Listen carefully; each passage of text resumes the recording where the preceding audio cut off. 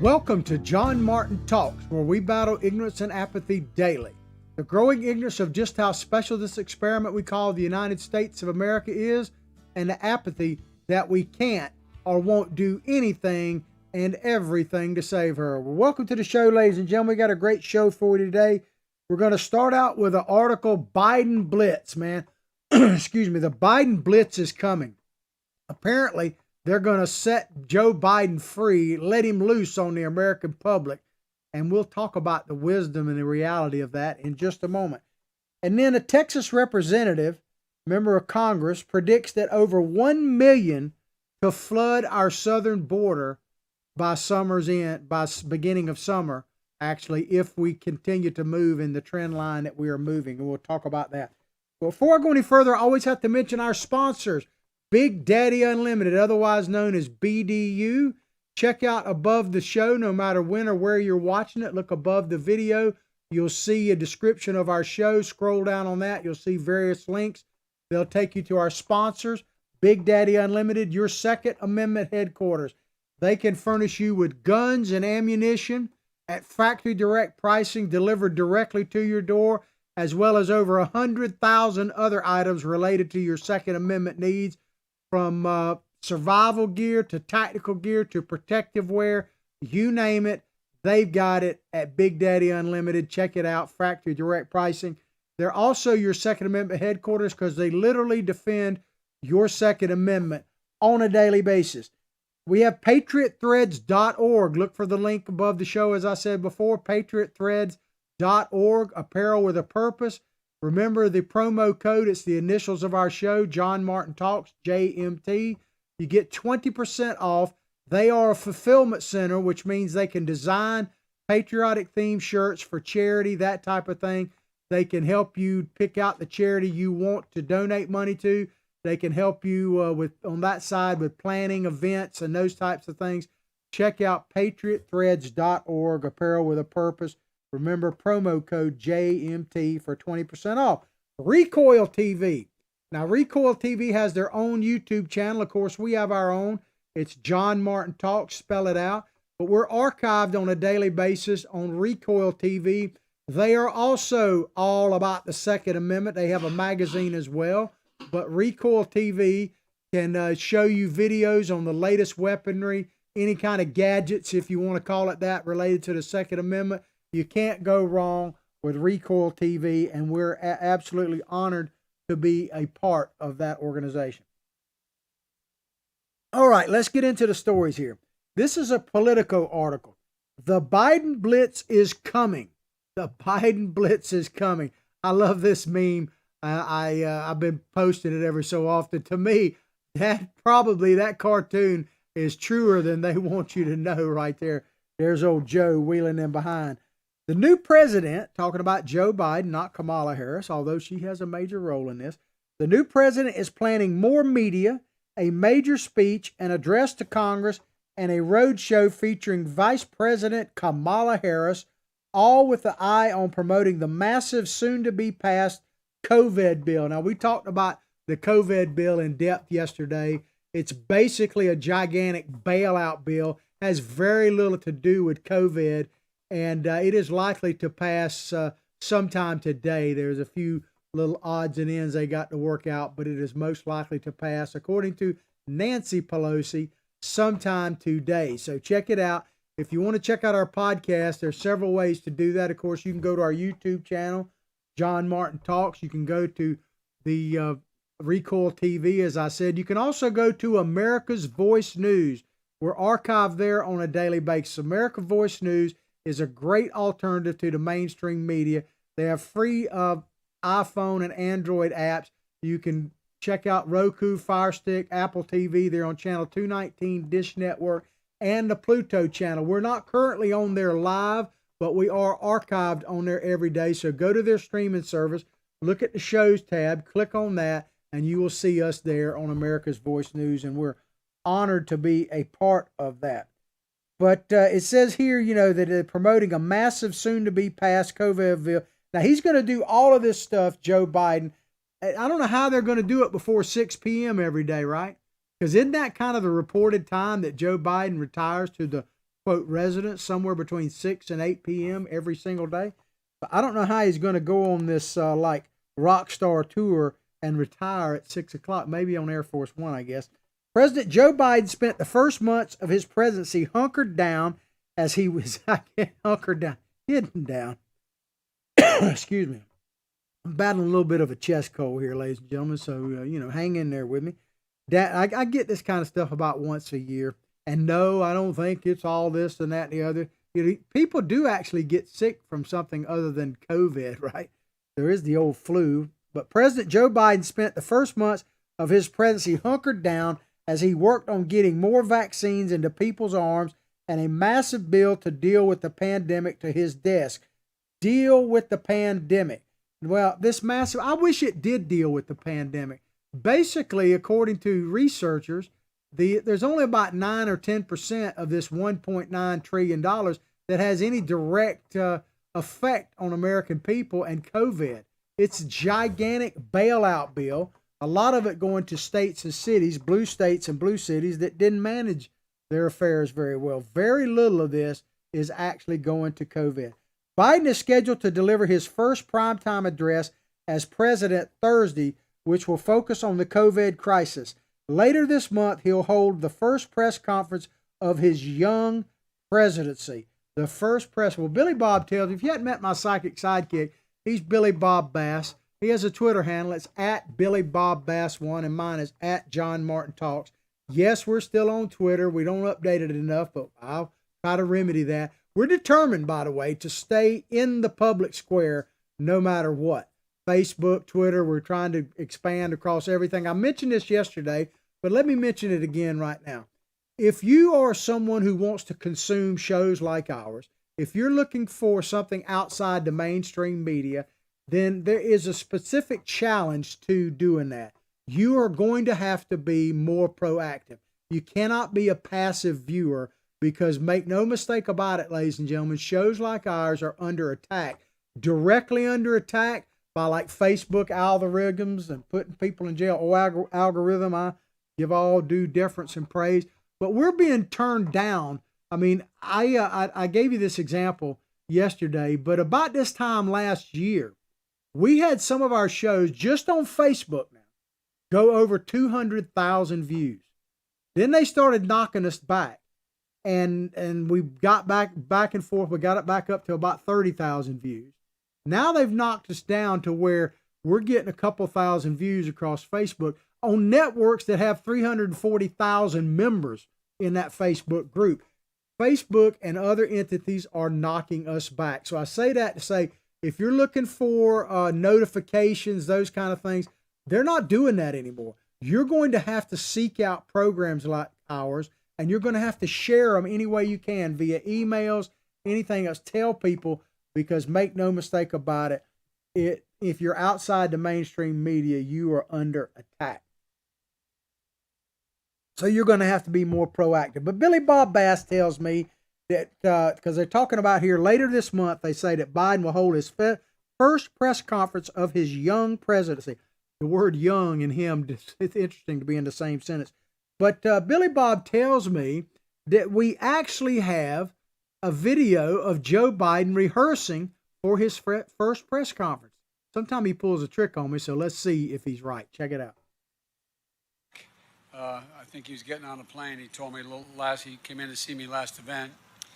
And Representatives Cheryl Shirley Jackson Lee, Al Green, Sylvia Garcia, Lizzie Pinelli, uh, uh, excuse me, Pinell, and what am I doing here? I'm going to lose track here. And What am I Mayor doing Turner.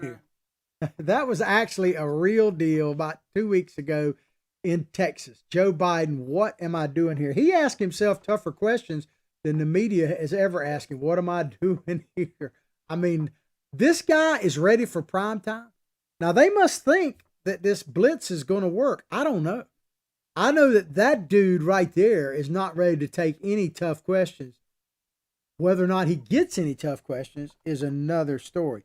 But he, talking about Biden, is committed to making a still unscheduled address to Congress, and officials are busy preparing for a sprawling sales campaign designed to draw attention to the benefits of the COVID relief package.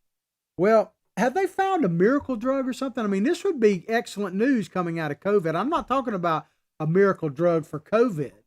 Have they found a miracle drug for senility? Because Biden appears to be totally senile to me. Totally. I mean, he just, and this is the best he's ever going to be. I talked about this earlier last week.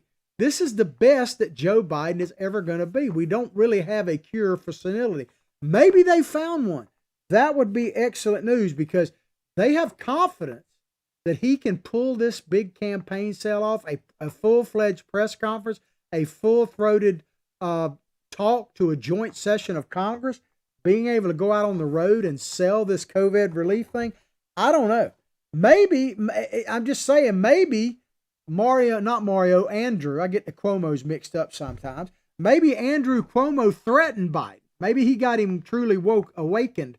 Maybe he threatened to put him in a nursing home if he don't tighten up, because that we know would be a death sentence coming from Andrew Cuomo. Do you see, I think a sixth person now has come out and accused Cuomo of misdeeds. We'll see what happens there.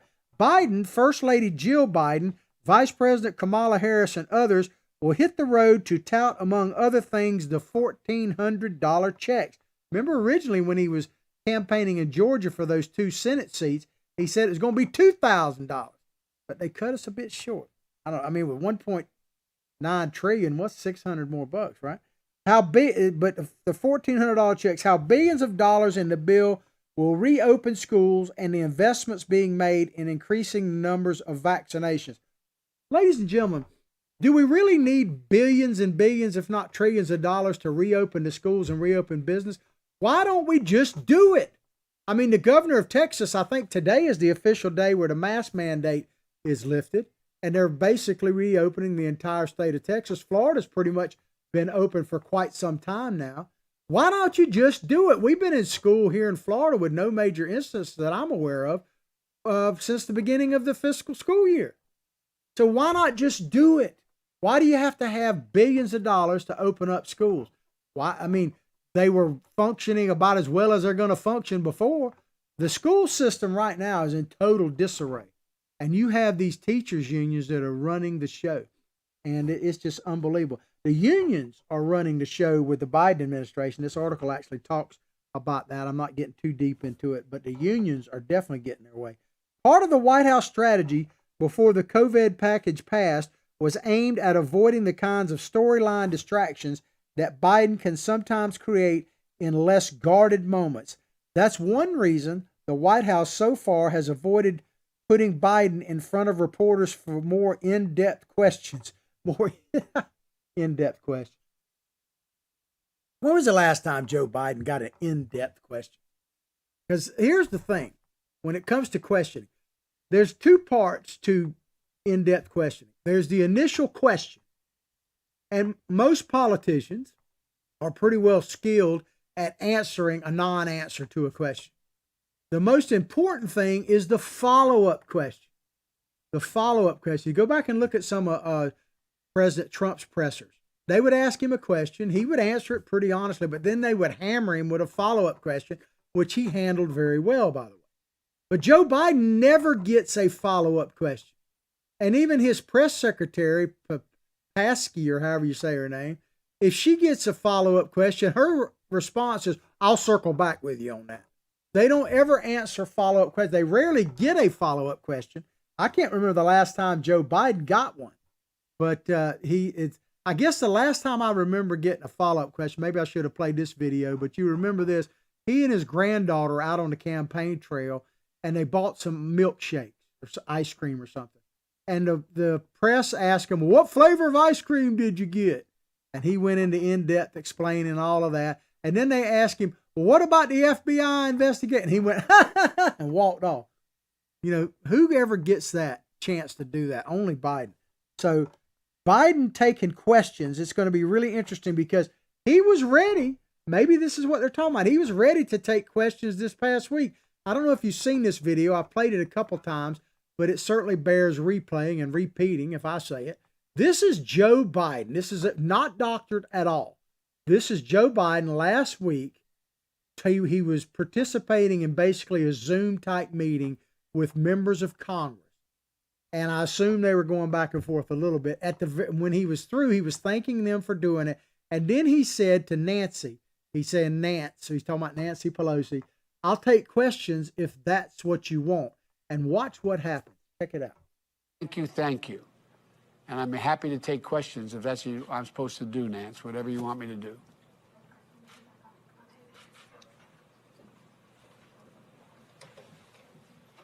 There you go. Did you catch that? So he asked Nancy if he said, I'm willing to take questions if that's what you want me to do, Nance.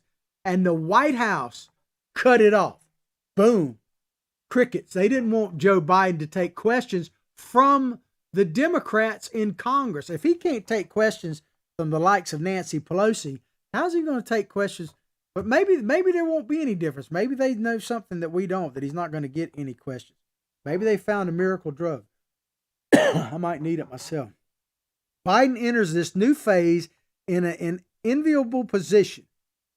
Apparently, his poll numbers are up pretty good, according to this article. Support for the coronavirus legislation is sky high, so we're getting paid, as is confidence in the president's handling of the pandemic, or plandemic, depending on how you look at it. Robert Gibbs, who was Obama's press secretary, he said this. He said, I think they, talking about the Biden administration, start from a very popular place with the 44th president passed, talking about Obama. When the 44th president passed his own Recovery Act, this legislation from the polling looks more popular than the 2009 bill. So they're saying that the big stimulus package, the big $1.9 trillion pandemic package is more popular than Obama's bill was. The real question now, according to Mr. Gibbs, is driving that awareness. They should be reminding, talking about the Biden administration, they should be reminding people as often as they can what's in it for them. What's in it for them? This is the foundation of essentially what they're going to run on in 4 years.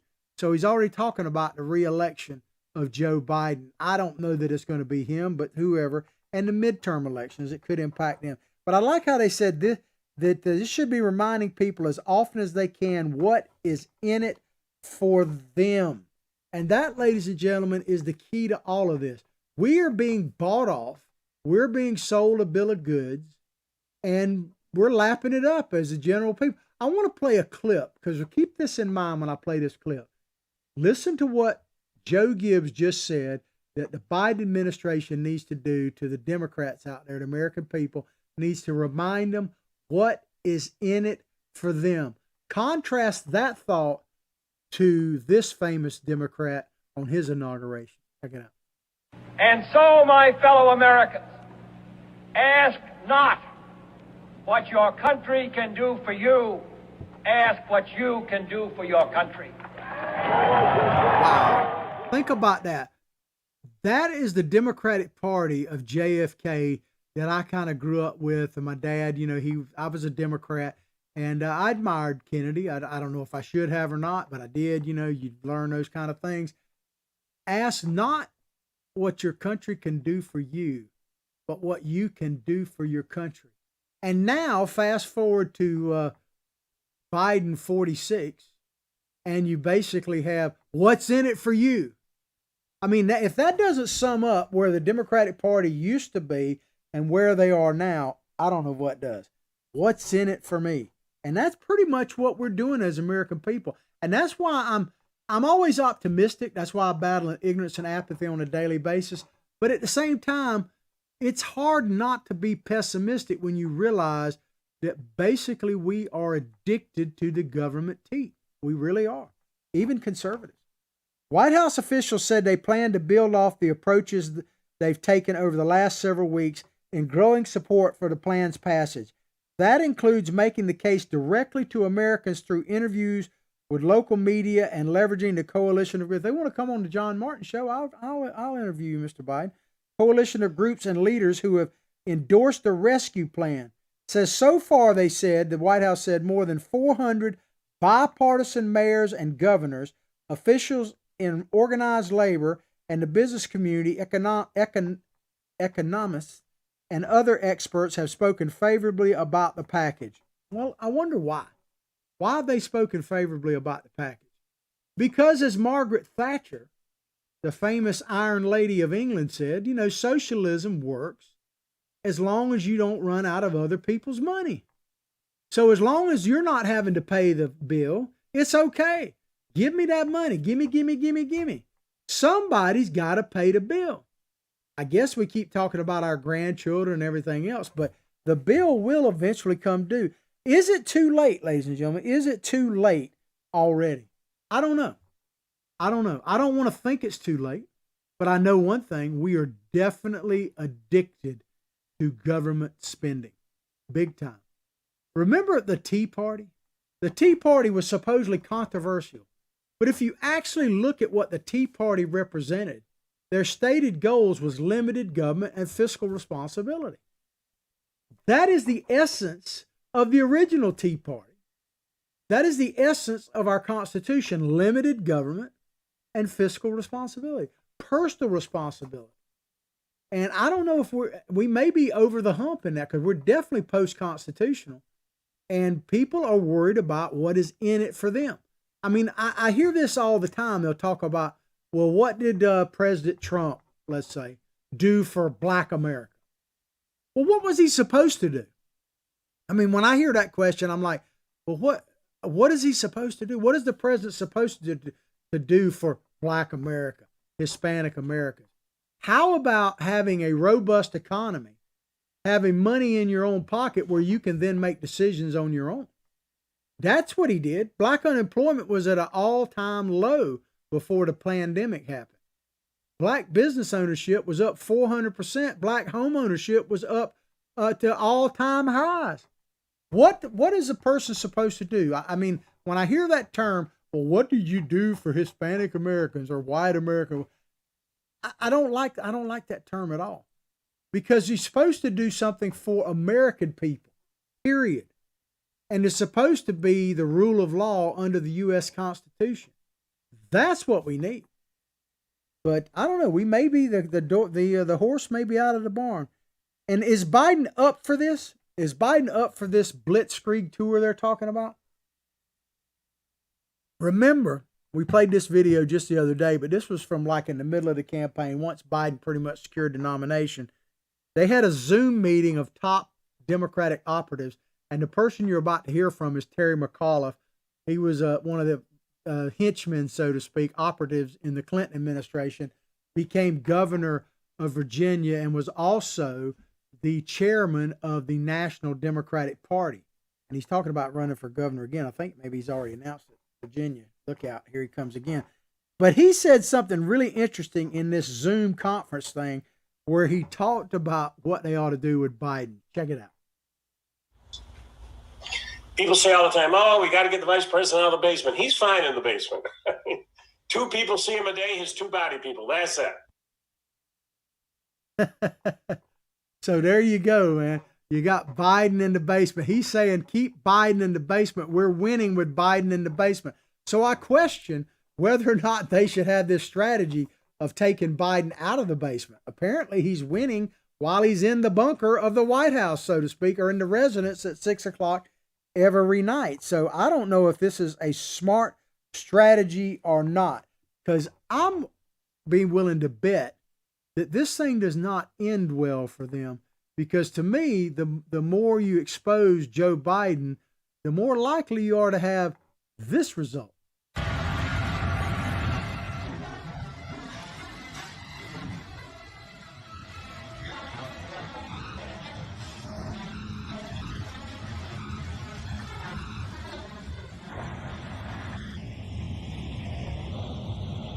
a train wreck ready to happen. I think it's more likely that you'll have that. I don't wish that on Joe Biden.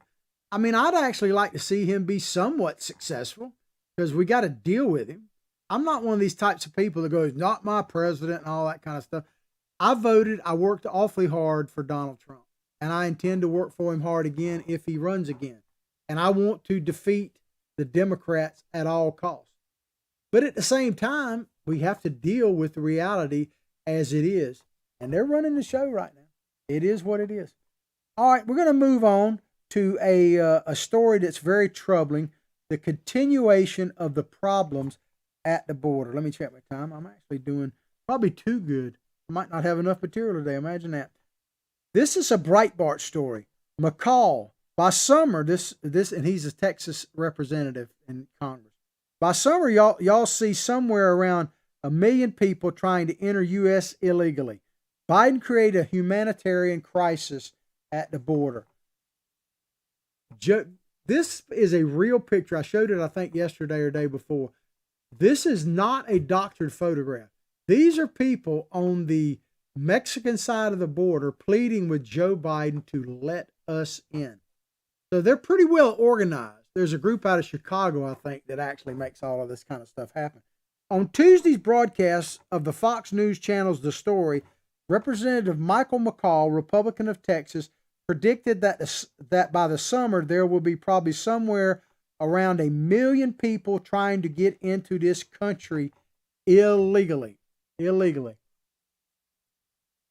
Now, we reported to you the other day that over 6%, the latest figure is about 6.9%, of the people that are being apprehended crossing the Texas border right now are testing positive for COVID-19, positive for corona. And they're subsequently being released not only into Texas, but getting on buses and being dispersed across the United States of America. So I want to put this in perspective, ladies and gentlemen. And this, keep in mind, is the people that they catch and test. It has nothing to do with the people they don't catch. We're going to round it up from 6.9 to just 7%. So they're saying if this Texas representative, Mr. McCall, is right, that by summer they'll have 1 million people clamoring to get in the United States of America illegally. If you use the current stats, that's basic. 7% tested positive. That is 70,000 people that are COVID positive being released into our nation. Now, I told you that today, Texas is officially lifting the mask mandate and basically open up businesses. Governor Abbott of Texas said this, and he was called everything but a child of God called racist for saying this. He basically, and I'm paraphrasing a little bit, he basically said, look, Joe Biden is allowing tens of thousands of people that are testing positive for COVID, come across the border into Texas every day and being released. He said, so I'm not going to restrict my people beyond the level that the illegal immigrants are being restricted to. Now, he was called everything but a child of God. In fact, Joy Reid on MSNBC called him an outright racist for saying that. He's just speaking the truth. It reminds me, as I've been telling you, Orwell. George Orwell famously said that the more society drifts away from the truth, the more they will hate those that speak it. That's why they hate Mr. Abbott. McCall said, President Biden says he wants us to be humane. He's actually created a humanitarian crisis.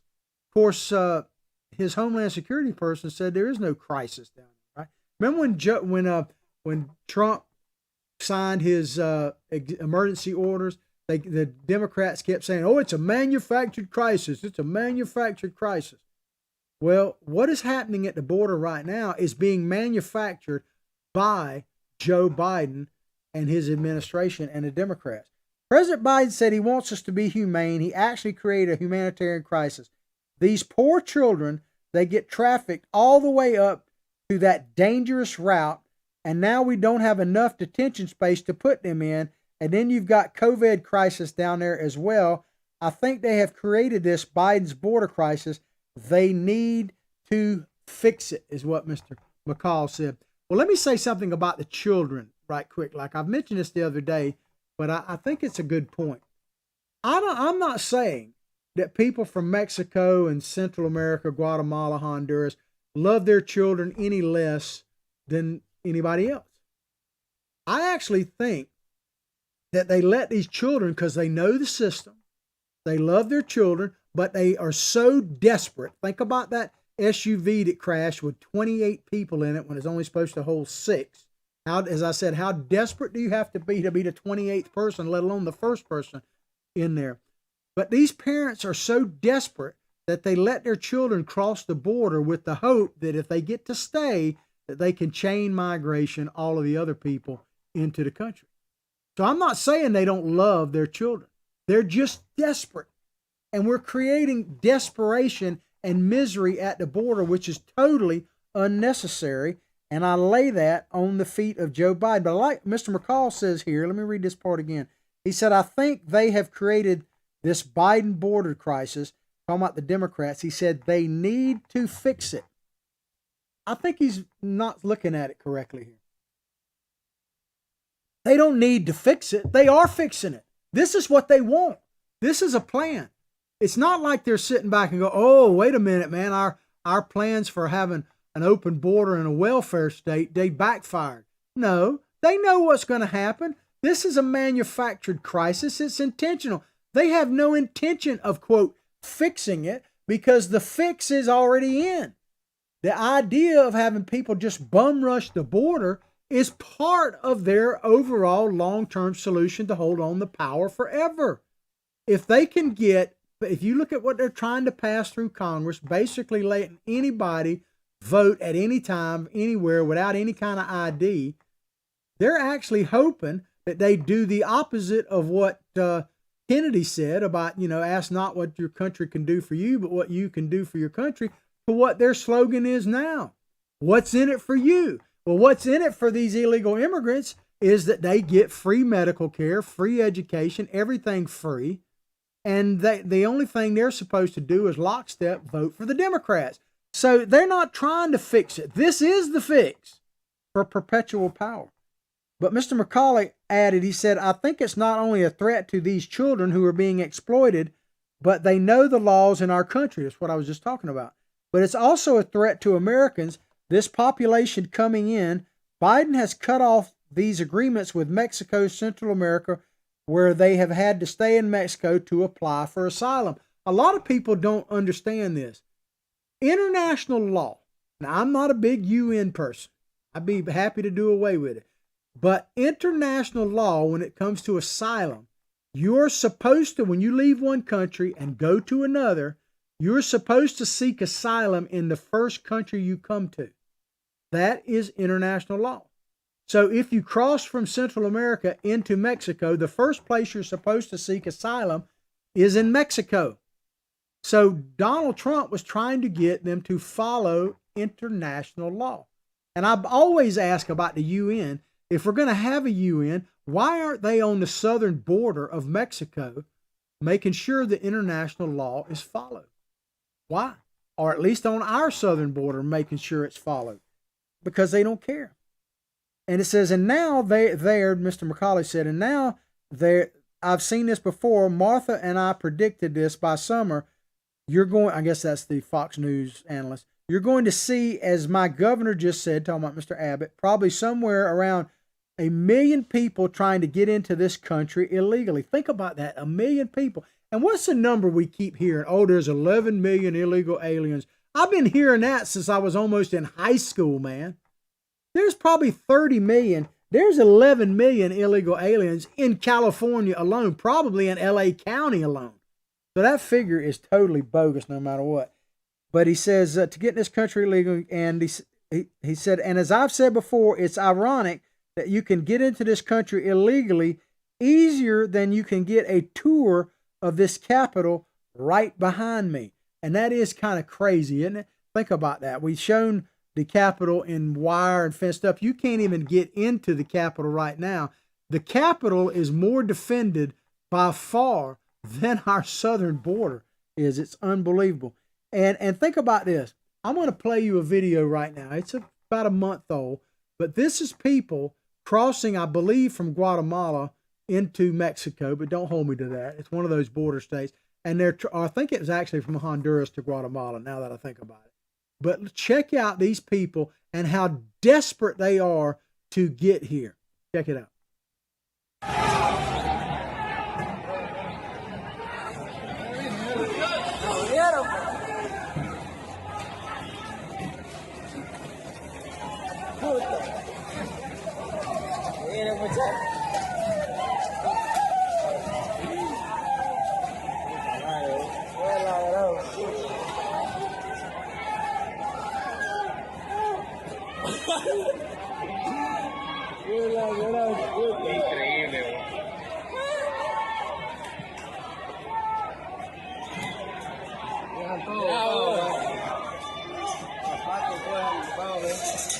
Sí, ¿cómo? Looks pretty desperate, doesn't it? Like I say, I don't blame these people at all. I don't blame them. It's sad, makes me sad. But what really makes me sad is that those people right there that are caravanning up here, that are bum rushing through security guards, that are going to do the same thing in our border, they probably won't even be held up at all at our border under Biden. Those people have more rights as than people like this. I think we got a picture. Yeah, look at that. Is that a Trump rally? Yeah, I think so. Trump rally picture. They have more rights than those people. People who are coming here illegally have more rights than American citizens. In fact, if you're wearing a Trump shirt these days, excuse me, you're considered a terrorist, right? There was a story I was going to do in Michigan. There's a house in Michigan right now that has a Trump flag in front of it. And then on top, like the second story in the window, they have a Biden sign that says F, and it's blacked out, basically, Biden. And now this person is coming under fire. Now, I'm not a big advocate of people using foul language and stuff like that. But they're saying it's a free speech issue and everything else, and that this is a vile thing and should be taken down. How many times did we see vile stuff about Donald Trump just on a routine basis? He was called everything by a child of God, even by the media themselves. Outright racist, right? So there is no double standard. There's a standard for the left. A standard for the right, and there's no standard for the left, no matter what. I want to play a video here. This is Donald Trump at a campaign rally shortly before the actual election on November 3rd. And as I play this, I want you to think about answering that question, a couple of questions. One, do we miss him? Ain't no doubt about that to me. But think about all he is saying here and what he accomplished and what we've lost. And he basically is telling us exactly what is going to happen if Joe Biden, God help us, became president. And he's spot on. Check it out. Biden's plan will destroy 5 million jobs, eliminate $2.6 trillion in wealth, and hurt lower and middle-income families the most of all. I will deliver optimism, opportunity, and hope. Biden will deliver pessimism, poverty, and decline. For the last 47 years, Joe Biden has been outsourcing your job, opening your borders. Oh, by the way, our border is closed. That's why you never hear about it. You ever notice you don't hear about that?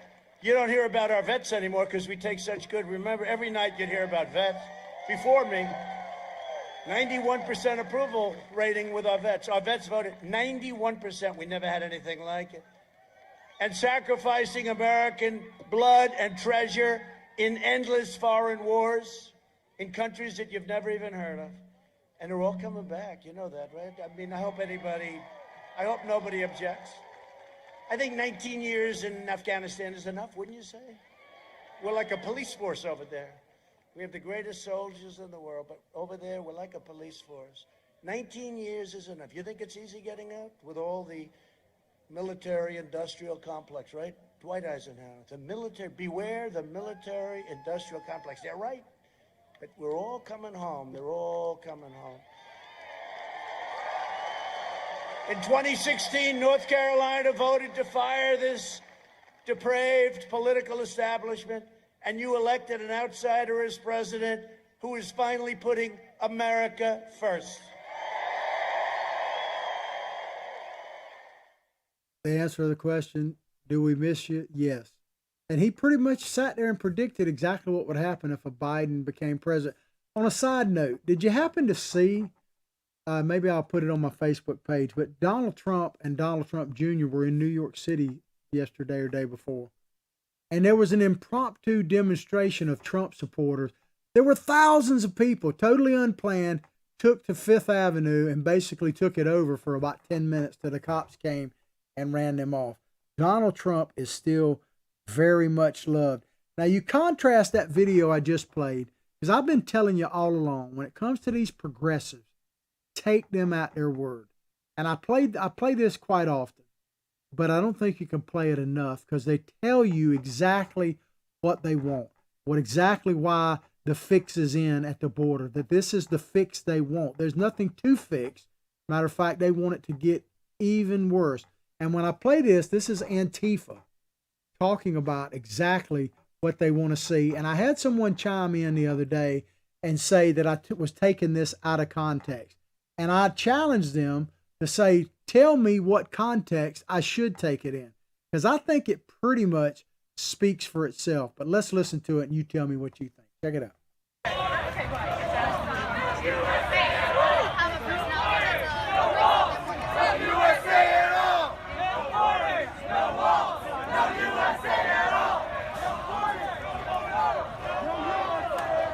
See, I take them totally at their word. No borders, no walls. That equals no USA at all. That is exactly what they want. So I don't care what Biden does on this grand tour he's about to do or what. I mean, to me, they are fundamentally destroying America right now. And it is happening at the southern border. And even people of Mexican descent down in Texas are standing up and voting for Donald Trump. There were 2 counties down in southern Texas that are way predominantly Hispanic, totally Democrat, and they flipped and voted big time for Donald Trump this time around. In fact, their representatives, Tucker Carlson, did a great show on this the other night. They're actually calling out Biden, their elected representatives who are Democrats, saying that they're destroying their districts with this rampant illegal immigration. So we have decisions to make, ladies and gentlemen. Are we going to just, ask what's in it for me? Like, are we going to take the lead from the Democrats? Are we going to challenge any of this stuff? I don't know. I'm not sure we are. But anyway, I'm going to continue to challenge it. I'm going to continue to battle ignorance and apathy on a daily basis. I need your help. I need you to seek us out. Share it far and wide. We're looking for more venues to get our show out there, because I do believe, maybe this is egotistical for me to say it, I believe we got a good message and we need people to hear this. So I need you to share that message. I need you to check out our sponsors, Big Daddy Unlimited. Look at Recoil TV. Check them out. Of course, patriotthreads.org, 20% off with the promo code JMT. We got others coming down the line. Check it out. Spread our show far and wide. Go to our YouTube channel. Spell it all the way out. John Martin Talks. Subscribe to it. We need more views there. I commit to you that as long as I possibly can, I'm going to keep battling ignorance and apathy on a daily basis. And as long as you'll support me, I'm going to continue to show up through thick and thin. Well, I hope you've enjoyed the show as much as I've enjoyed bringing it to you. Please go directly to John Martin Talks Facebook page, like it, share it with others, share all of it across the board. But as I say, I'll pray for your family. You pray for mine. Let's all pray for this great nation, because, man, does she deserve it and probably needs it now more than ever. But above all else, like I say each and every day, from my heart, from my family to yours, have a blessed day.